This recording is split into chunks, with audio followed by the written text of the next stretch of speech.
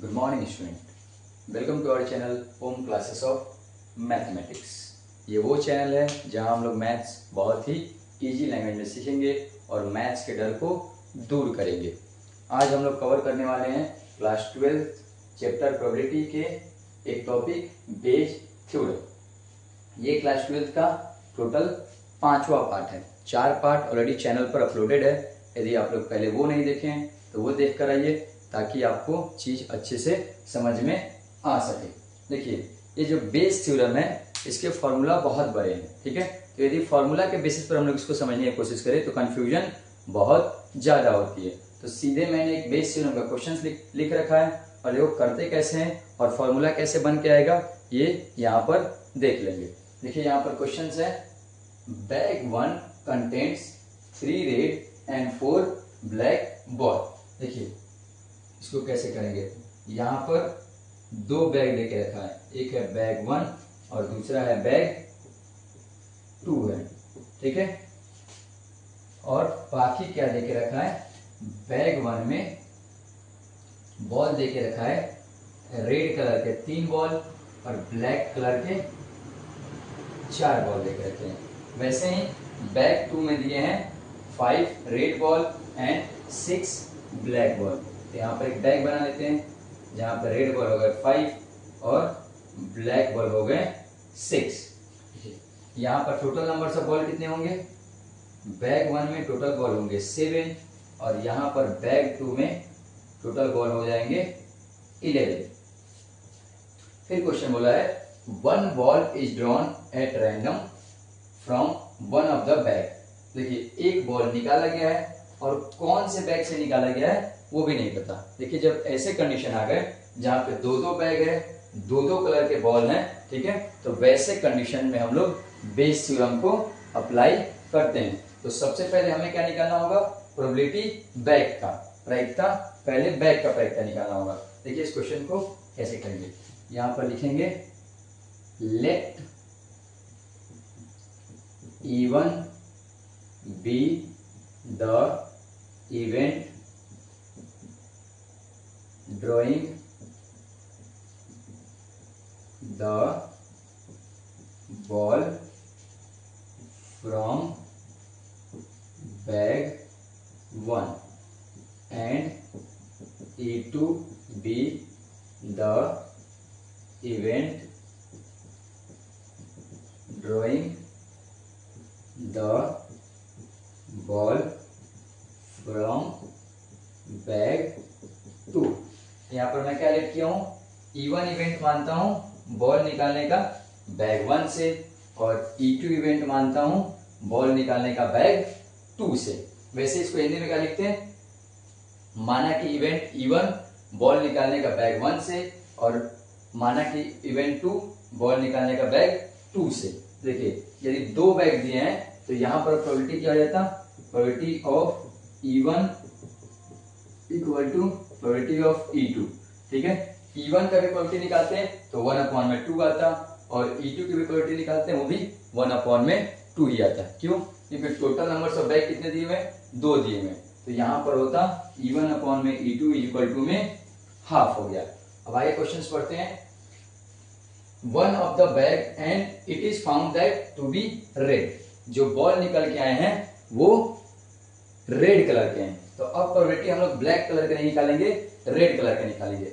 यहां भी लिख लेते हैं, let R be the event of red ball, ठीक है। R क्या मान लिया है, रेड बॉल का, ठीक है। तो अब निकालते हैं प्रोबेबिलिटी ऑफ रेड बॉल, कहां से, बैग 1 से पहले निकालते हैं। तो यहां हो जाता probability of red from bag 1। आगे चेक कर लेते हैं, रेड बॉल कितने हैं, 3। बैग 1 में रेड बॉल है 3 और टोटल नंबर ऑफ बॉल कितने हैं, 7। तो यहां पर होता 3/7। ये कब, जब प्रोबेबिलिटी ऑफ बॉल रेड का आता 3/7, कहां से, E1 से, मतलब बैग 1 से। वैसे यहां पर निकालेंगे probability of red ball from bag 2 से निकालते हैं। देखिए, बैग 2 में रेड बॉल कितने हैं, 5, टोटल नंबर ऑफ बॉल कितने हैं, 11। तो ये हो जाता 5/11 हो जाता। ठीक है, पहले बैग की प्रोबेबिलिटी निकाल लिए 1/2 और दोनों बार रेड की प्रोबेबिलिटी निकाल लिए बैग 1 से और बैग 2 से निकाल लिए। ब्लैक की प्रोबेबिलिटी इसलिए नहीं निकाले हैं क्योंकि यहाँ पर ब्लैक का जिक्र नहीं किया हुआ है, जो निकल के आया है वो रेड बॉल आया है।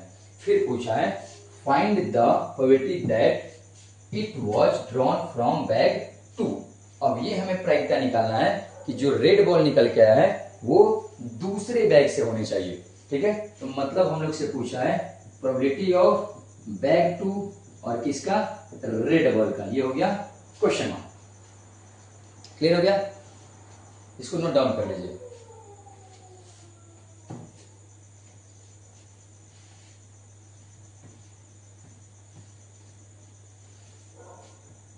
अब निकालते हैं प्रोबेबिलिटी ऑफ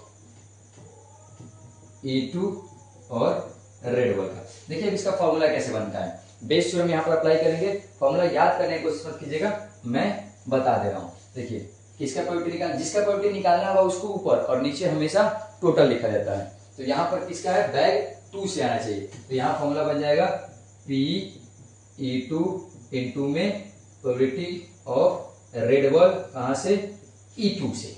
ठीक है, ये हो गया ऊपर, जो निकालना था ऊपर वैसे लिख दिए PE2, यहाँ पर PE2 कॉपी कर दिए और मल्टीप्लाई बाई RE2। क्लियर, और नीचे में टोटल, यहाँ पे probability of bag 1 multiply by probability of red ball कहां से, बैग 1 से। फिर यहाँ पे प्लस करिए probability of bag 2 multiply by probability of red ball bag 2 से। ये जो फॉर्मूला बन के आया ना, यही फॉर्मूला है बेज थ्योरम का। ठीक है, यदि 3 बॉल होते तो और ऐसे एड ऑन होते जाता। तो अब फॉर्मूला याद करने की कोशिश नहीं कीजिएगा, बस यहां से बना लीजिएगा। जितने आपके पास डाटा उपलब्ध है उसी से फॉर्मूला बन के आए। देखिए मैं क्या किया हूँ, बैग 2 के यहाँ बैग 2 से मल्टीप्लाई किया हूँ, फिर बैग 1 के बैग 1 से मल्टीप्लाई किया हूँ, और ऊपर में मैं लिखा हूँ जो हमें निकालना था, और नीचे में टोटल होता है हमेशा। ठीक है, बस वैल्यू पुट कर दीजिए, आंसर आपके सामने होगा। प्रोबेबिलिटी ऑफ E2 क्या है, 1/2 है, तो 1/2 मल्टीप्लाई बाई PR/E2, ये है 5/11। तो यहाँ लिख रहा हूँ 5/11, और नीचे प्रोबेबिलिटी ऑफ बैग 1 और red ball from the bag 1, ये हो गया 3/7 प्लस 1/2 इंटू 5/11। और अगर इसको सॉल्व कीजिएगा तो ये आएगा 1 इंटू 5 5 और 2 इंटू 11 22, ये होल अपॉन में 3/14 प्लस में 5/22। आगे इसको फर्दर सॉल्व करते हैं तो ये हो जाएगा 5/22 होल अपॉन में, और यहाँ पे एलसीएम लिया जाएगा तो 14 और 7 का एलसीएम होता 154 होता। 14 से 154 11 टाइम्स में, 11 3 जा 33 प्लस में 22 से 154 7 टाइम्स में, और 7 5 जा 35। आगे इसको सॉल्व करते तो ये होता 5/22 होल अपॉन में 35 इंटू 33 68/154, ये होता 5/22 डिवाइडेड बाई 68/154, 5/22 मल्टीप्लाई बाई इसका रेसिप्रोकल। ठीक है, तो अब ये 11 के टेबल में ये 2 टाइम्स में, और ये 11 के टेबल में 1 और 4 टाइम्स में, देन ये 2 के टेबल में 7 टाइम्स में, तो ऊपर हो गए 35/66। ये 35/66 इसके आंसर आ गए। प्रोबेबिलिटी ऑफ, ये आंसर आए हैं probability of bag 2 red ball का आंसर आएगा 35/68। ठीक है, ये हो गए आपके आंसर। और ये जितने क्वेश्चंस मैंने सॉल्व किए हैं ये सब के सब बेस थ्योरम से सॉल्व किए हैं। बेस थ्योरम कब अप्लाई करते हैं, जब देखिए यहाँ पर थैला दे दिया है, दो केसेस है और दोनों केसेस का पता नहीं चलेगा, बस आखिरी में दिया हो। जैसे देखिए यहाँ पर 2 बैग था, 2 बैग का अलग प्रायिकता निकाला हूं, फिर बॉल भी 2 कलर का देके रखा था, और लास्ट में हमें बताया था कि होना कौन से बैग से चाहिए था, सेकेंड बैग से चाहिए था, और रेड कलर के चाहिए थे। ये क्वेश्चन थे बेस थ्योरम के।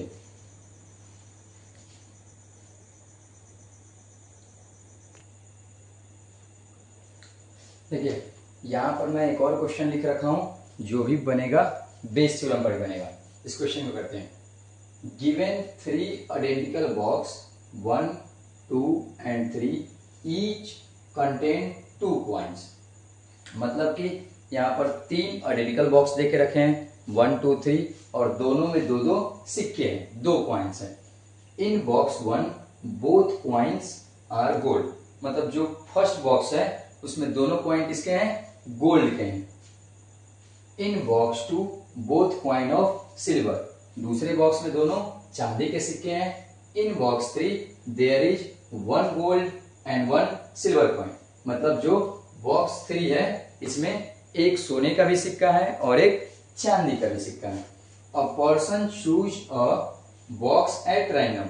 एक आदमी रैंडमली किसी एक बैग को चुनता है। तो मतलब पहले बैग के चुनने की संभावनाएं हो जाएगी 1/3, दूसरे बैग के भी 1/3 और तीसरे बैग के भी 1/3, क्योंकि यहाँ पर टोटल नंबर्स ऑफ 3 बैग देके रखे हैं, इसीलिए डिनोमिनेटर में 3 लिख रहा हूं। A person chosen a box at random and takes out a coin. और इस बॉक्स को खोलकर एक कॉइन निकालता है। If the coin is gold, मतलब वो जो कॉइन आया है वो गोल्ड का आया है। तो गोल्ड कहाँ का है? एक पहले बॉक्स में दोनों गोल्ड थे और एक आखिरी बॉक्स में गोल्ड थे। मतलब कि यहां क्लियर हो गया कि यदि वो सोने का सिक्का निकाला है तो मतलब या तो बॉक्स नंबर 1 खोला होगा या तो बॉक्स नंबर 3 खोला होगा, क्योंकि बॉक्स नंबर 2 में है दोनों के दोनों चांदी के सिक्का थे, तो बॉक्स नंबर 2 वो खोला ही नहीं होगा। What is the probability that the other coin in the box is also gold? अब ये बोला है कि जो बच गया कॉइन उसमें वो भी गोल्ड का होगा। मतलब कि वो आदमी जो भी बॉक्स खोला होगा उसमें दोनों सोने के सिक्के होने चाहिए, तभी तो एक सोना का सिक्का निकाल लिया। और तो भी ये क्वेश्चन में बोला जा रहा है कि जो दूसरा सिक्का बचा हुआ है वो भी गोल्ड का होना चाहिए। देखिए इस क्वेश्चन को सॉल्व कैसे करेंगे। यहाँ पर टोटल 3 बॉक्स हैं, तो लिख लेते हैं। Let E1, E2 and E3 be the event of box 1, 2 and 3। मतलब कि मैं लिखा हूं, माना कि E1, E2 and E3 event है किसके? बॉक्स 1, बॉक्स 2 और बॉक्स 3 के। ठीक है, तो यहां पर क्या होगा, तीनों अलग अलग मैं बॉक्स बना देता हूं। देखिए ये बना दिया बॉक्स 1, यहां पर मैं लिख दे रहा हूं बॉक्स 1 और ये हो गया बॉक्स सेकेंड हो गया। यहां पर कर देते हैं बॉक्स 3 कर देते हैं, जैसे क्वेश्चन में बोला है वैसे ही करते हैं। बॉक्स 1 का इवेंट क्या माना था? मैं E1 माना था, बॉक्स 2 को E2 माना हूं और बॉक्स 3 को E3 माना हूं। बॉक्स 1 में दोनों के दोनों गोल्ड कॉइन थे, यहाँ पर क्या थे? बोथ गोल्ड कॉइन थे। बॉक्स 2 में दोनों के दोनों सिल्वर कॉइन थे। बॉक्स 3 में एक था गोल्ड और एक था सिल्वर। अब हम लोग निकालते हैं पहले प्रायिकता बॉक्सेस का। तो यहां पर यदि हम प्रोबेबिलिटी निकालते हैं, प्रोबेबिलिटी ऑफ बॉक्स 1, तो बॉक्स 1 कितने हैं? 1 है और टोटल नंबर ऑफ बॉक्स कितने हैं? 3 थे। तो बॉक्स 1 की प्रोबेबिलिटी आ जाती 1/3। वैसे ही यहां पर प्रोबेबिलिटी निकालते हैं बॉक्स 2 का, तो ये भी हो जाता है 1/3। और नेक्स्ट यदि हम लोग प्रोबेबिलिटी निकालते हैं बॉक्स 3 का, तो ये भी हो जाता है 1/3। ये जो प्रोबेबिलिटी आए हैं तीनों के तीनों बॉक्सेस के आए हैं। अब जो अगला प्रोबेबिलिटी हमें निकालना है, किसका निकालना है? गोल्ड का निकालना है। ठीक है, तो अब निकालते हैं probability of gold from the box 1। तो यहाँ लिखेंगे प्रोबेबिलिटी ऑफ G से गोल्ड आना कहां से चाहिए? बॉक्स 1 से आना चाहिए। देखिए प्रोबेबिलिटी यहाँ पे दोनों के दोनों सिक्के क्या है? गोल्ड के लिए। तो यहाँ पर प्रोबेबिलिटी क्या हो जाता? 2/2 और कैंसिल आउट होके 1 आया था। मतलब कि यदि बॉक्स 1 से जो भी आप कॉइन निकालिएगा वो किसके आएंगे? सोने के आएंगे, क्योंकि दोनों के दोनों सिक्के क्या है? गोल्ड के थे। ठीक है, नेक्स्ट यहां पे करते हैं probability of gold from bag 2। यहां पर देखिए दोनों के दोनों सिक्के किसके हैं? चांदी के हैं, सिल्वर के हैं। तो यहाँ पे प्रायिकता क्या होता? 0 हो जाता। क्यों? क्योंकि इस बैग में सोना का सिक्का तो था ही नहीं और पूछ रहा है सोना का है प्रोबेबिलिटी, तो ये है आपका इम्पॉसिबल प्रोबेबिलिटी, ठीक है। इसीलिए यहाँ पर क्या हो गया 0, और इम्पॉसिबल प्रोबेबिलिटी का हमेशा प्रायिकता क्या होता है 0 होता है। देन अगला यहाँ करते हैं प्रोबेबिलिटी ऑफ गोल्ड बैग 3 से। देखिए यहाँ पर गोल्ड कितने थे 1 और टोटल नंबर ऑफ पॉइंट कितने हैं 2, तो यहाँ पर आ गया प्रोबेबिलिटी ऑफ गोल्ड बैग 2 से 1/2। देखिए जो बोला था सबका प्रायिकता मैं निकाल दिया हूं। अब पढ़ते हैं क्या बोला है, इस बात की क्या प्रायिकता है कि वो दूसरे सिक्के भी सोने के होंगे। तो यदि दूसरे जो बच गया सिक्का वो भी सोना का होता, मतलब कि ये कहां से निकला है बैग 1 से निकाला है। तो हमसे पूछा गया है प्रोबेबिलिटी ऑफ बैग 1 निकलना क्या चाहिए, गोल्ड कॉइन निकलना चाहिए। ये हो गया क्वेश्चन मार्क। देखिए इसका फॉर्मूला कैसे बनता है, probability of E1 from the bag 1। मैं याद नहीं आपको करवा रहा हूं, जो भी प्रोबेबिलिटी निकालना होगा उसको ऊपर, बाकी तीनों नीचे, इसीलिए मैं यहाँ लाइन से बना दिया हूं। किसका चाहिए बैग 1 का प्रोबेबिलिटी चाहिए, तो बस इन दोनों को कॉपी कर दीजिए, P E1 multiply by P G of E1, और बाकी डिनोमिनेटर में इन दोनों को मल्टीप्लाई करके प्लस करना है, फिर इसको मैं लाइन से बस लिख दिया हूं ताकि आपको फॉर्मूला याद ना करना पड़े, बस कॉपी करते जाइए। तो यहाँ होता P E1 multiply by P G from the E1, then again P E2 multiply by P G from E2 plus P E3 multiply by P G from में E3। देखिए ये फॉर्मूला बन के आ गया बेस थ्योरम का। बस value सबका निकाल दिया है, वैल्यू पुट करते जाइए, P E1 अपॉन में G। P E1 की वैल्यू 1/3 है, E2 की वैल्यू 1/3 है और E3 की वैल्यू 1/3 है। तो यहाँ तक 1/3 और G from E1 sure probability है जो दिया हुआ है 1 होल अपॉन में 1/3 इंटू 1 प्लस में 1/3 इंटू में 0। क्यों, क्योंकि सेकेंड वाला जो बैग है उसमें गोल्ड कॉइन के नंबर कितने थे 0 थे। अगला 1/3 इंटू में 2, तीसरे बैग में 1/3 इंटू में 2 होता। बस आगे सॉल्व कर दीजिए। फिर हो गया P E1 अपॉन में गोल्ड, ये रहता ऊपर हो जाता 1/3 और नीचे 1/3 प्लस में ये हो जाएगा 0, क्योंकि 0 से किसी भी नंबर गुना कीजिएगा तो 0, ये हो गया 1/6। फर्दर सॉल्व कर लेते हैं, P E1 अपॉन में G इज इक्वल टू में 1/3 ऊपर और नीचे एलसीएम निकालेंगे, 3 और 6 का एलसीएम, ये होता 6, 3 के टेबल में 6 2 टाइम में, ये रहता 2 प्लस में 6 के टेबल में 6 1 टाइम में, ये रहता 1/3 डिवाइडेड बाई 3/6 कैंसिल हो जाता तो 1/2, मतलब कि यहाँ से आपके आंसर बनते 1/3 मल्टीप्लाई बाई 2/1, मतलब कि प्रोबेबिलिटी ऑफ बैग 1 और गोल्ड ये आते 2/3 हो जाते, इसका आंसर होता है 2/3। देखिए क्वेश्चन बहुत लंबा है, आते हैं लेकिन यहाँ से आंसर आते हैं 2/3। ये थे हमारे आज के टॉपिक बेस थ्योरम। 2 क्वेश्चन मैंने कराए हैं, बाकी और सारे क्वेश्चंस आप लोग बुक से देख के प्रैक्टिस कीजिए। यदि नहीं बनते हैं तो अपने क्वेश्चन को कमेंट बॉक्स में पिन कर दीजिएगा। अब आपका काम यह है कि आप इस वीडियो को देखिए और अच्छे से नोट्स बनाइए और इस वीडियो को अपने फ्रेंड सर्कल में शेयर कीजिए ताकि हमारा फैमिली जल्द से जल्द बहुत बड़े नंबर्स में हमारे फैमिली में स्टूडेंट्स जुट सकें। लाइक करें, शेयर करें और मोस्ट इम्पोर्टेंट थिंग वीडियो के नीचे कमेंट करें ताकि हमें ये पता लग सके कि आपको वीडियो समझ आ रही है या फिर नहीं आ रही है, या फिर कौन से टॉपिक को आपको वीडियो चाहिए वो कमेंट बॉक्स में पिन कर दीजिएगा। Thank you.